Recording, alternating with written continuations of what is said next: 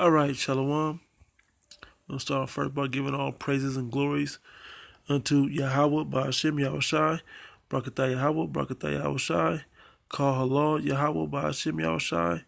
Double honors to the apostles and elders at Great Millstone who rule well. Greetings, salutations, and blessings unto the elect that will receive salvation in the coming destruction. Shalom unto you. All right, this is the brother Shaquat from the GMS Las Vegas camp. And I got a quick video. Basically, it's about there is no free will. We are robots or puppets according to the Most High, you know. We do the will of the Most High to fulfill His big plan. We stick to the script, and what He says goes, just like a director in a movie or somebody that's writing the movie, the author of the story. The characters do whatever the author writes, right? And the Most High is the author of this. Matter of fact, I just kind of quoted it. It says the Most High. Hold on, let me get it right. All right, we got Psalm 68, and I'm gonna start at 11. It says, "The Lord Yahweh, the name of the Most High God is Yahweh, right? And His Son's name, who you ignorantly called Jesus Christ, is Yahweh Shai." It said, "The Lord Yahweh gave the word. Great was the company of those that published it." Yeah, so the men that wrote it down, but He was the author. They did what He wanted them to do, by publishing it. That's why we have the book of all these names of these great men in the history that wrote all these prophecies down that did great things in the Chronicles and Kings and so on and so forth, and the Apostles and the Acts, all in the epistles, all the way through, right? Well, go here. So we're just vessels, though. The point of this is we're just vessels. We do what the Most High tells us to do, and He's in control. There is no free will, unlike the Christian doctrine would want to teach you that there's free will. No, there's no such free will.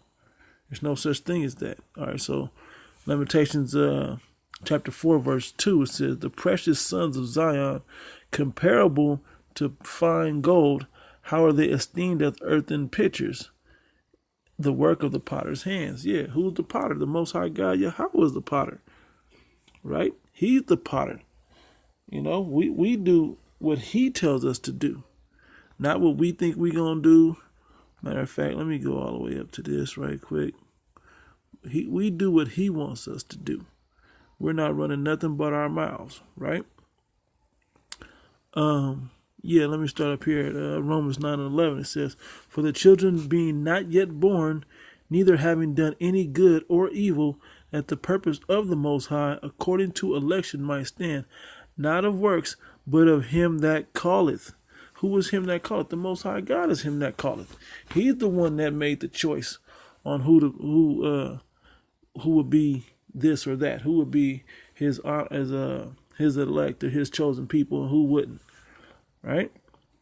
Yeah, let me keep going. It says, jump down to verse 14. It says, because we know He chose. Well, I forgot to read through. And it was said to her, talking about Rebekah, "The elder shall serve the younger, as it is written, Jacob have I loved, but Esau have I hated."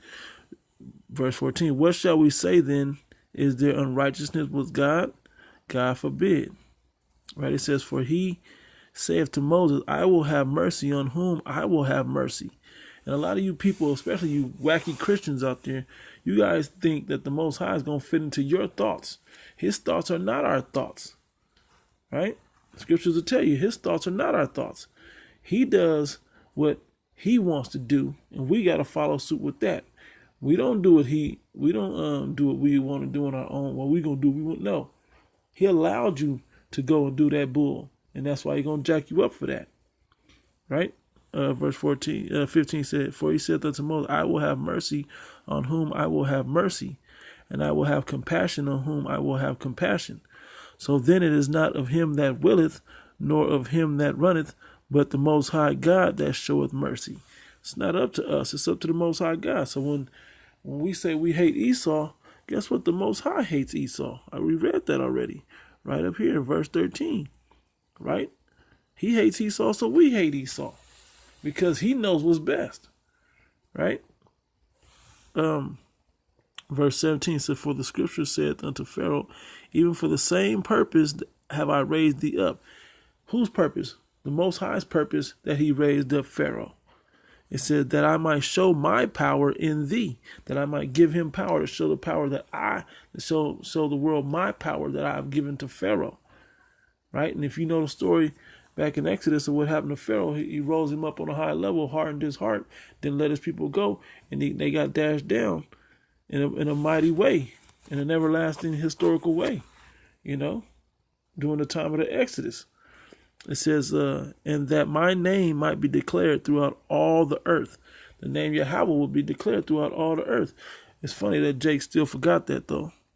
Anyway, it says that he hath mercy on whom he will have mercy, and on whom he will hardeneth.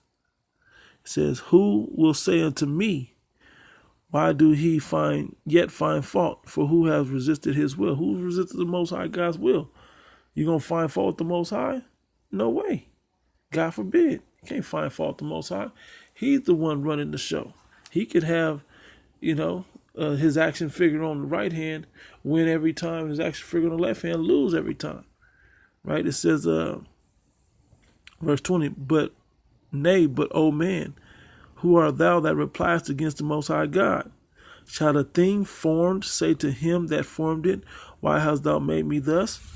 See, so you were created, whether you're an Edomite, created to perpetuate wickedness, or a Jake, or whoever you are, especially as a, let me go into that right quick. Especially if you were chosen to be a prophet, guess what? You don't have a choice. You got to be who you're supposed to be. Look right here. It says, Jeremiah 1:5 said, before I formed thee in the belly, I knew thee, and before thou camest forth out of the womb, I sanctified thee, and I ordained thee a prophet unto the nations. Right? The Most High chose this lot for you before you were even in the womb. He was the one that calleth and that willeth. Not us thinking that I'm going to do my own thing. No, ain't no such thing. I don't want to do. Why do you think the story of Jonah's in there? Jonah trying to run from the what the Most High ordained him to be. Tried to run, and he ended up shipwrecked and swallowed up by a big fish and all of that. And he still had to get off on the shores of Nineveh and go push that word out and prophesy. So it wasn't of him that thought he was doing something. It was of him that chose him to do it. It was the Creator that did it. Right? It says, verse, I'm going to read 20 again. Nay, but, O man, who art thou that repliest against the Most High God, Yahweh?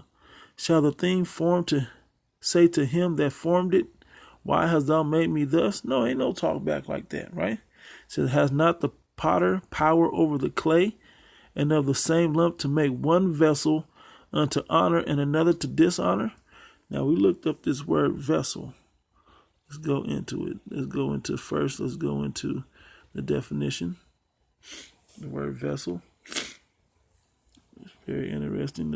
It says vessel, a large ship or boat, to a hollow container, especially one used to hold liquids such as a bowl or cask, right? But here's down, it says chiefly in or alluding to biblical use, a person especially regarded as holding or embodying a particular quality. You honor unto the wife as unto the weaker vessel, right? That's a scripture. The vessel is we're just containers of flesh that the Most High God tells what to do.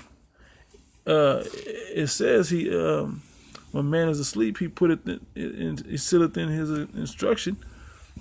So you think you're gonna wake up and do something, but while you go to sleep, he puts in you what you're gonna do. Whether that's sleep at night or sleep before the reincarnation, either way, he puts what that body's gonna do within it, right? And that's the conditions of the battle. Let me go back to another one. I went to the blue letter. In the blue letter, it says, let me get to it. Come on now. Bear with it one moment. Yeah, we're going to go in the blue letter. And we're into verse 21.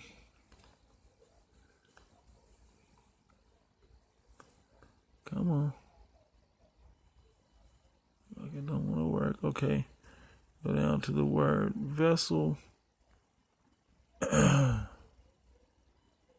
Yeah. Vessel. G4632 for the word vessel. Let's hear it. Strong's G4632. Skuos is the Greek word. G4632. Skuos is the Greek word. And let's show a bunch of information. Of uncertain affinity, a vessel, implement, something that you use, a tool, right? Equipment or apparatus, literally or figuratively. Sales, good stuff, vessel. Okay, let's go into another one. Good stuff, something you use. It says a vessel, an implement in the plural. Metaphorically, here we go. Metaphorically, it says a man of quality, a chosen instrument in a bad sense, an assistant in accomplishing an evil deed. Esau is a vessel, just like Jacob is a vessel, right? Just like the woman is a vessel for a certain situation. We're just vessels for the Most High God. There is no free will. He uses us to fulfill his plan, right? So let me go back down to it. Right, and here's where it starts to make sense. Verse 21, it says, "Have not the," Romans 9:21, it says, "Has not the potter power over the clay of the same lump to make one vessel unto honor," that was the Israelites, "and another to dishonor," that's the other nations and the Edomites. Right? It says, what if the Most High God, Yahweh, willing to show his wrath, we cannot stop the Most High God's wrath.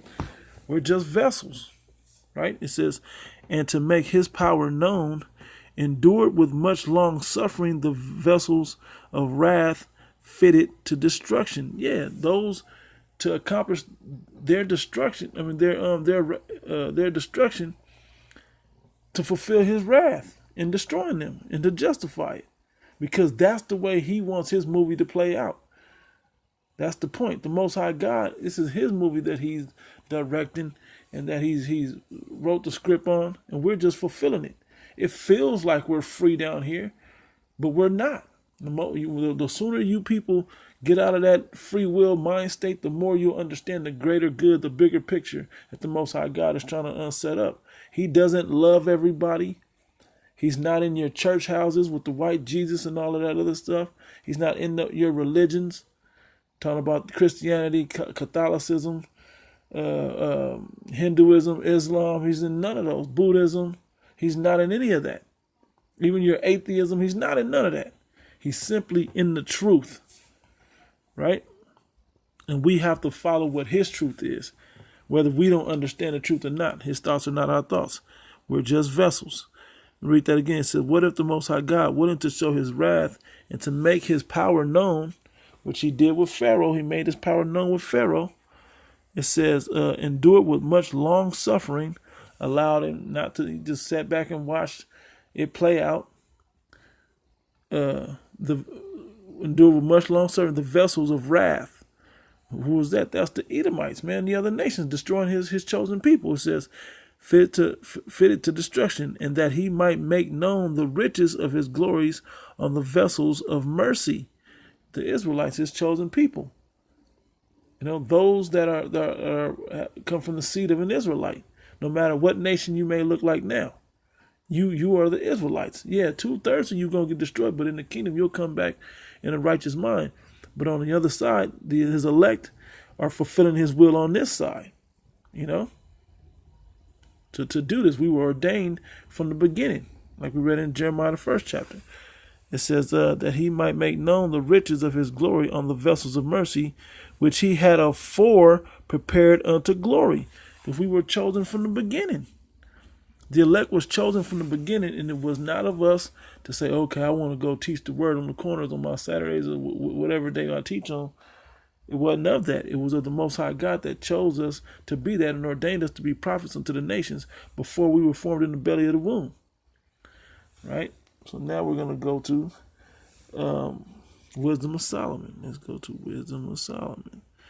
Wisdom of Solomon, chapter 15. Start up at 7. Yep. Wisdom of Solomon 7. Yeah, it says, for the potter tempering soft earth, meaning he can manipulate us however he chose. It said, fashioned every vessel with much labor for our service. Yeah, the complete service for his chosen people to be the best people that we will become in the kingdom. It took all the wickedness of the Edomites and all the destruction of the other nations and the 2/3 of us and all the pitfalls and all the captivities. It took all this and all the lessons and all the prophets and all the signs and wonders and majestic things and miracles that he did. And especially it took Yahweh Shai to do all of this. It took all of these things to get us on a level with the Most High, as he had made it from the beginning. But we have to go through all of this, right? It says, for the potter tempering soft earth, fashioned every vessel. Most High is the potter, fashioned every word of vessel, fashioning every vessel with much labor for our service. Yea, of the same clay he maketh both vessels that serve for clean uses, and likewise also all such as serve to the contrary, as for evil. So he created the Israelites, his chosen people, his elect, of the lump. And he also used the lump to create the wicked in the other nations, all to serve a purpose that he understood, to have perfect balance. So there's very good people and there's very bad people on the planet. That's the balance to it. That's the way he wanted it to be. It says, and likewise also all such as serve the contrary. But what is the use of either sort? The potter himself is the judge. It's not of our will. There's no free will of what we want. I want to be wicked or I want to be righteous. No, it's not of that. The Most High God put it within us, which we were going to be. You Edomites are just wicked, man. You were created to be the wicked upon the earth and to serve. I'll go there right quick. Now I'll quote it. Proverbs the 16th chapter, the 4th verse. The Lord make all things for himself. Yea, even the wicked for the day of evil. You wicked people, he created you for the day of evil, to fulfill a purpose that he knew of for the day of evil. That's what you were created for, right? He will be the judge. He himself is the judge and none else about what should happen and who should be what. He chose that. Verse 8, it said, and employing his labors lewdly, he maketh a vain god of the same clay, even he which a little before was made of earth himself. Yeah, and the wicked man went out there and created other gods of that same clay, and the Most High allowed him to do that. That was divided unto the nations, but it wasn't for the Israelites to join unto those other fake idol gods. We were supposed to always follow the Most High God Yahweh and be the prime example of that. Now his elect is that example, following after the Most High God. Unlike they tell you in the church, come as you are, and all the people that, you can believe what you want, we accept everybody. No, it ain't like that. This is an exclusive thing. Not only can our whole nation make it, or the whole world can't make it, our whole nation can't even make it. This is only for the elect at this point. The kingdom of heaven will be for the whole nation and not the other nations. It'll be for the whole nation of Israel, not the other nations.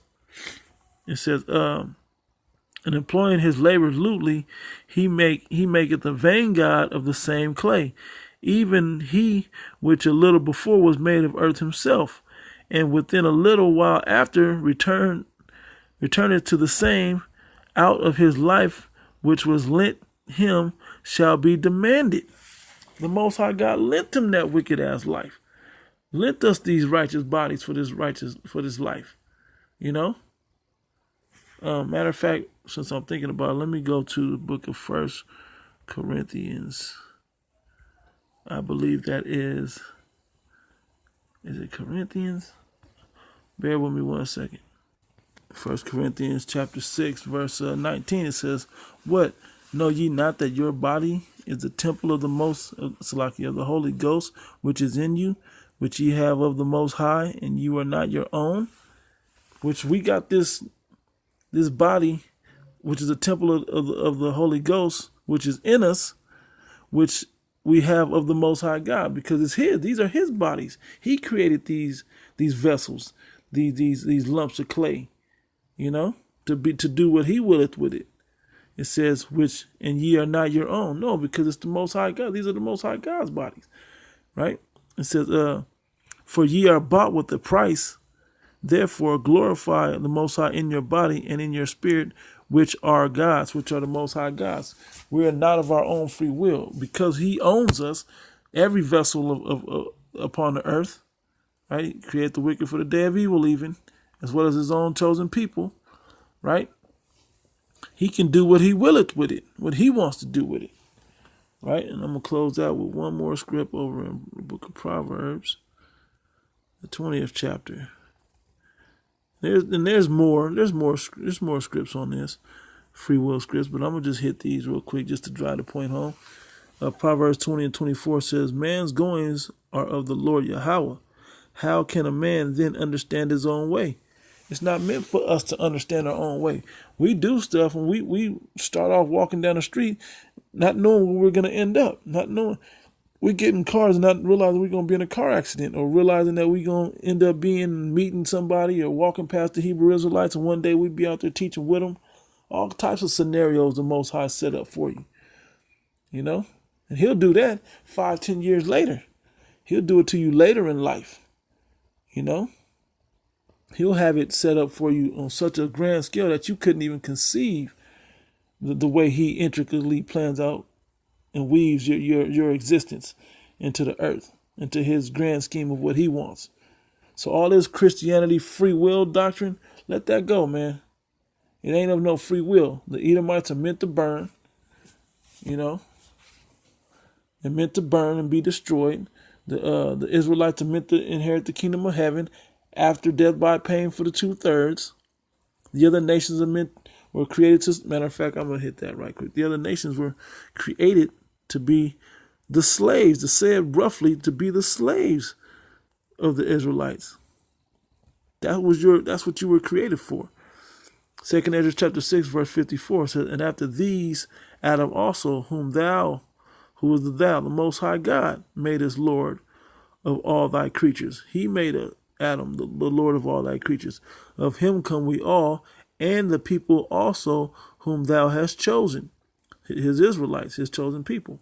He said, "All this have I spoken before thee, O Lord Yahweh, because thou madest the world for our sakes." You had this world created for your own people, because that was your will to do that. Not because the Edomites said, "Oh, I want it to be mine and I'm going to rule the world forever."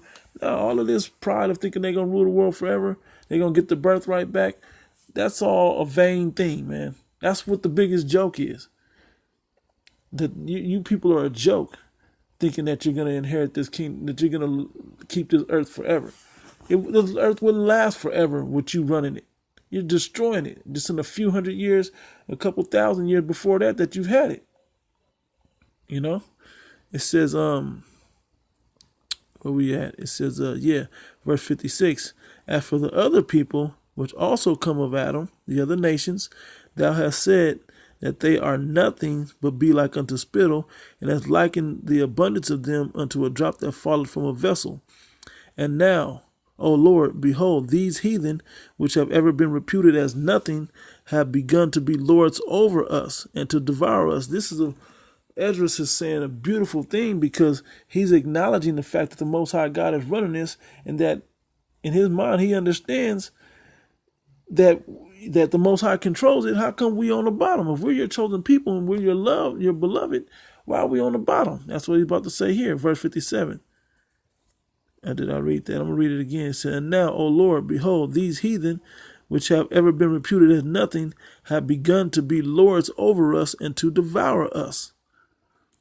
But we, thy people, your chosen, your elect, the Israelites, whom thou hast called thy firstborn, thy only begotten, and thy fervent lover are given into their hands. If the world now be made for our sakes, why do we not possess an inheritance with the world? How long shall this endure? Very good question. Well, if you read up earlier in the chapter, he answered that question already. This is the end of this thing right here, man. This is the end of this thing. Verse 2 6 and 7. And answered I and said, what shall be the parting asunder of the times? Or when shall be when shall be the end of the first and the beginning of it that followeth? And he answered unto me, from Abraham unto Isaac, when Jacob and Esau were born of him, Jacob's hand held first the hill of Esau. For Esau is the end of the world, and that's the so-called white man who's running the world now, the wicked, that's being revealed, right? Trying to prove that he's God. That's him. That wasn't of his own will that he put himself in that position. The Most High God allowed him to be in that position, right? He said, I answered then and said, O Lord, that bearest rule, if I have found favor in thy sight, I'll jump down too far. For Esau is the end of the world, and Jacob is the beginning of it that followeth. Yep. Now let me go over real quick to one more script. 1 Samuel chapter 2. We'll start around verse 6 or 7. I'll start at verse 6. It says, the Lord Yahweh killeth and maketh alive. He bringeth up, he bringeth down to the grave and bringeth up. The Lord Yahweh maketh poor and maketh rich. He bringeth low and lifteth up. He raiseth up the poor out of the dust and lift up the beggar from the dunghill. He did that with Esau. He brought us down from the high stature ruling from the times of King David and Solomon, down low to the dust where we're at today. And he brought Esau from the caves of the Caucasus Mountains and brought him up to rule the world and control everything. And he's going to bring them back down. And we're in that process now as he's bringing us back up. Right? It says,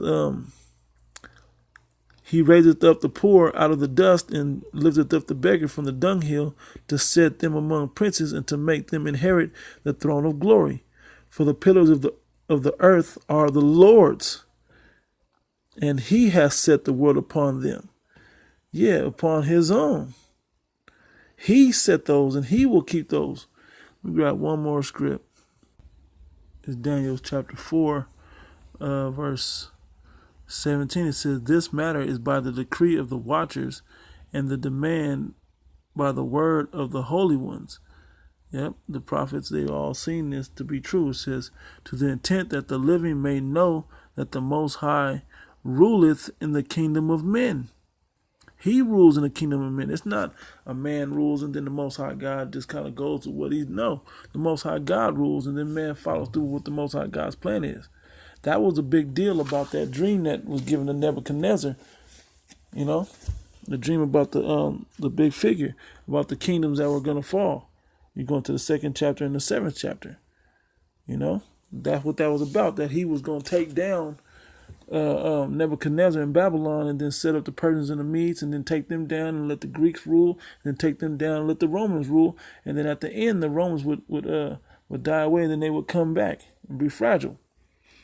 Right? Anyway, it says, to break down the body real quick, it says, to the intent that the living may know that the Most High ruleth in the kingdom of men, and giveth it to whomsoever he will. Whomsoever he will. Not whomsoever we will, whomsoever the Most High God will. And setteth up over it the basest of men. And right now, Esau is the basest man on the planet, and he's ruling it right now. But he's going to give it up, as we just read in the book of 2nd Esdras. So with that, man, you got to get out of that whole doctrine of free will, man. That free will doctrine is just some BS that you want to justify that you can live the way that you want to. No. The Most High God wrote down and set up what he wants to happen, and that has been, and will continue to be fulfilled according to his will, not according to yours. So if you're 5'9" and you can't dunk, but it's in the Most High God's plans for you to dunk, he will make you be able to dunk, and vice versa. You can be 7'2" and he don't want you to dunk, you ain't. Bottom line, whatever the Most High God's will is what will be accomplished. And that's it. So with that, I'm going to close out giving all praises and glories unto Yahweh Ba'ashim Yahushai, Barakatah Yahweh, Barakatah Yahweh Shai, Call Halal, Yahweh Ba'ashim Yahushai. Double honors to the apostles and elders at Great Millstone who rule well, and greetings, salutations, and blessings unto the elect, those that will see salvation in the coming destruction, that will not take the mark of the beast chip. With that, I say shalom.